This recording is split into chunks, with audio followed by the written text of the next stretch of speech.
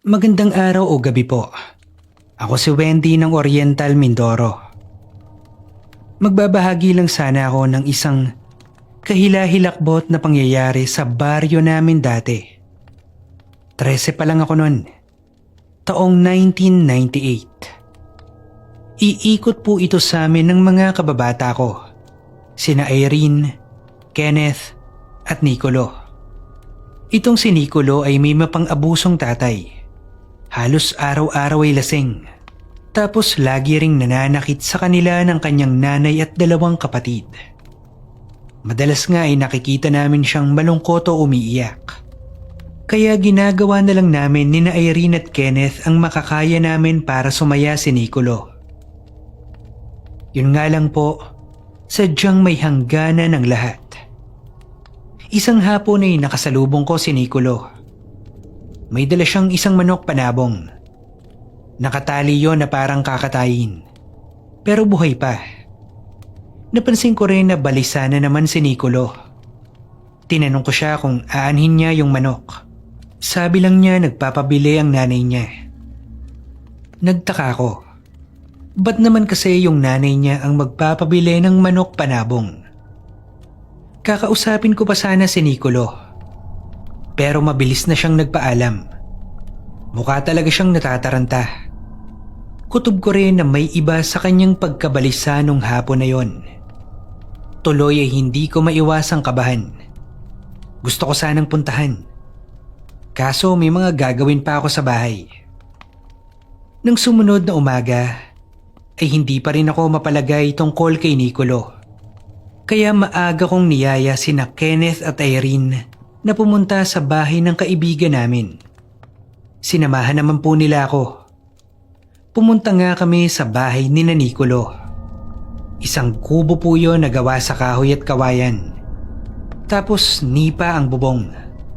Pero medyo malapad.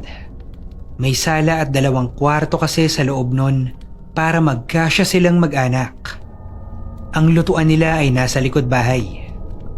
Pagdating pa lang ay napansin na agad namin na napakatahimik ng buong bahay.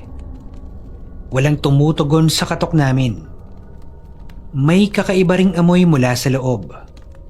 Parang amoy bulok na karne tapos sinunog. Hindi masyadong malakas yung amoy. Pero meron talaga. Sumilip kami sa mga siwang ng dingding sa may sala. Wala kaming makitang tao. Lumipat kami doon sa dingding ng isang kwarto nila. Sumilip din kami doon. Nagulat kami kasi parang sunog yung mga dingding at sahig sa loob. Hindi namin alam kung paano nangyari yun. Kahoy nga lang kasi at kawayan ng kubo. Kung masusunog sa loob, siguradong lalamunin agad ng apoy hanggang labas. Sa pag-aalala namin ay humanap kami ng paraan para makapasok. Saradong-sarado ang pinto at bintana. Ayaw naman naming kalampagin at sirain ang mga yon. Kasi baka magalit ang tatay ni Nicolo. Kaya lumakad kami papuntang likod bahay. Doon ay napansin naming bukas ang pinto sa likod. Pumasok kami. Wala talagang tao sa bahay. Pinuntahan namin yung kwartong sunog. Kaso wala rin sila doon. Ang tumampad lang sa amin ay yung mabahong amoy. Higit na mas malakas yon sa loob. Talagang nakakasulasok po. Mainit din ang kwarto.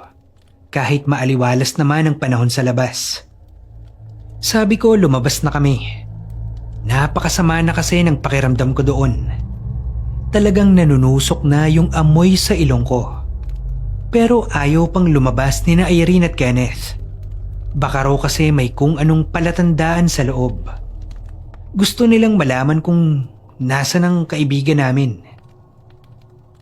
Nagsimula silang siyasatin ng paligid. Hanggang sa may nakita si Irene na bahid ng dugo sa isang sulok ng sahig. May kasama rin yung ilang balahibo ng manok. Kaya naalala ko yung manok na dala ni Nicolo. Tiningnan namin yung dugo.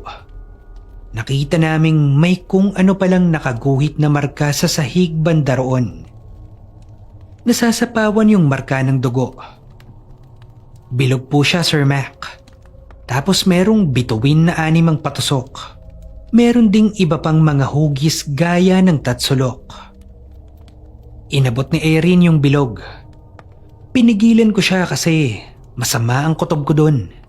Kaso huli na po. Nagulat na lang kami ni Kenneth nang biglang mapasigaw si Irene. Nanginginig din siya ng husto. Yung kamay naman na pinang-abot niya sa marka ay hindi niya maalis doon. Kahit kami ni Kenneth ay hindi rin mahila ang kamay na yon. Alalang-alala kami ni Kenneth. Hindi namin alam ang gagawin. Tuloy-tuloy lang sa panginginig at pagsusumigaw si Irene. Hanggang sa naisip ko nang humingi ng tulong. Hindi na kasi talaga biro ang nangyayari. Sabi ko kay Kenneth ay bantayan muna si Irene. Kaso bago pa man ako makalabas sa pinto ng kwarto, ay bigla na lang nagsalita si Irene. Natigilan ako. Iba po kasi yung boses niya, Sir Mac.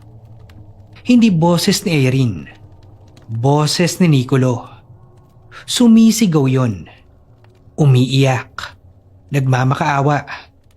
Sabi niya, "Umalis na kayo. Hindi naligtas dito sa bahay namin. Hindi kayo dapat madamay. Hindi kayo dapat masama dito. Umalis na kayo, pakiusap. Huwag niyo na kaming hanapin." Pagkasabi po niya noon ay biglang hinimatay si Irene.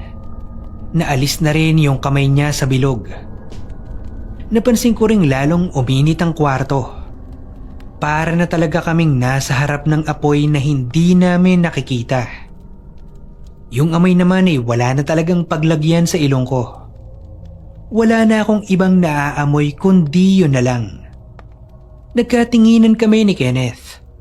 Pagkatapos ay pinagtulungan naming kargahin si Irene. Taranta kaming lumabas sa bahay na yon. Pilit kaming tumakbo kahit buhat pa namin si Irene. Hindi kami tumigil. May nakasalubong kaming ilang mga kabaryo namin. Nagtanong sila kung anong nangyari. Sabi ko naman, tsaka na kami magkukwento. Basta kailangang dalhin si Irene sa kapilya. Nagtataka naman sila sa sinabi ko. Pero buti nakinig naman yung isang manong.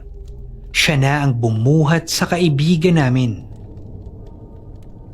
Pagkarating sa kapilya, ay nilapag niya si Irene doon sa may altar. Agad ay nagkamalay ang kaibigan namin. Paubo-ubo. Sabi niya ay naaalala niya raw ang mga sinabi ni Nicolo. Doon na kami nagkuwento sa mga nakasalubong namin. Halos hindi sila makapaniwala. Kaya umalis yung isa para puntahan ang kubo ni Nicolo. May mga tumawag din ng pare para ipagdasal kami. Sir Mac, walang makapagpaliwanag sa mga sumunod na nangyari. Nakita pa raw ng mga pumunta sa kubo ang sinasabi naming kalagayan nito. Pati na yung markang may dugo. Pero nang sumunod na araw ay nagulantang ang lahat. Wala na yung kubo doon. Abo na lang ang natira. Hindi namin alam paano nangyari yon. Wala naman kasing nakapansing nasusunog yon sa magdamag. Kahit yung pinakamalapit na kapitbahay doon. Basta naabon na lang po talaga. Hanggang ngayon po ay hindi pa rin kami sigurado sa nangyari.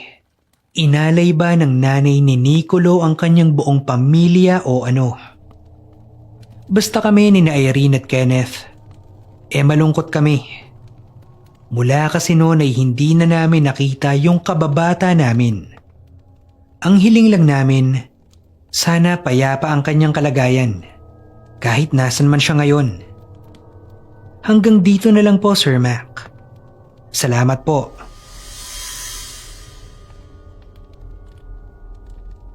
Uy, maraming salamat po sa pakikinig sa kwento natin ngayon. At bago ka umalis, pakilike naman ang video natin at mag-comment ka na rin. Maraming salamat. Ingat ka.